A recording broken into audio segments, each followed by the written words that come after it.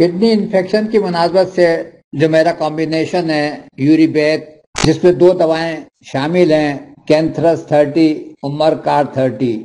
گردہ خراب ہوتا ہے کم پانی پینے سے، ہیٹ اسٹروک سے، ایلوپیتھک دواؤں کے زیادہ استعمال سے، بخار کے فاسد مادوں سے۔ شروع میں پیشاب لال رنگ کا آتا ہے، جلن ہوتی ہے۔ اگر اس وقت کینتھرس اکیلی دے دی جائے تو مریض ٹھیک ہو جاتا ہے۔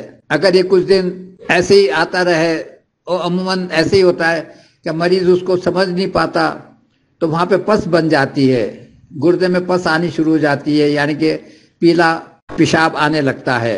اگر ہم لیبارٹری میں مریض کو بھیجتے ہیں تو اس کو ریڈ سیل، پس سیل، البومن، لیکوسائٹس ٹریس ہوتے ہیں۔ کریٹینائن بھی اگر چیک کریں تو وہ بھی کبھی کبھی ٹریس ہو جاتا ہے۔ ویسے کریٹینائن کو مکمل کیور نہیں کر پا رہی، البتہ تھوڑا بہت گردے کے نظام کو صحیح کرتی ہے، تو کریٹینائن پہ بھی فرق آ جاتا ہے۔ پیشاب میں البومن آ رہی ہوتی ہے تو اس کی بھی یہ پراپر کمبینیشن ہے، ہم کچھ دن دے دیتے ہیں تو البومن آنی ختم ہو جاتی ہے۔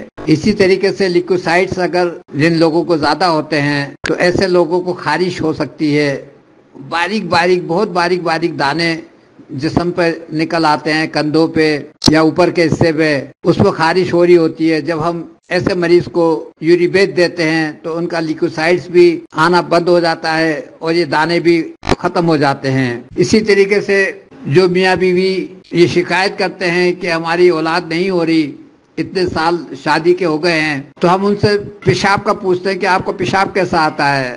اگر وہ کہتے ہیں ہمارا پیلا آتا ہے تو ہم یوریبیت دیتے ہیں۔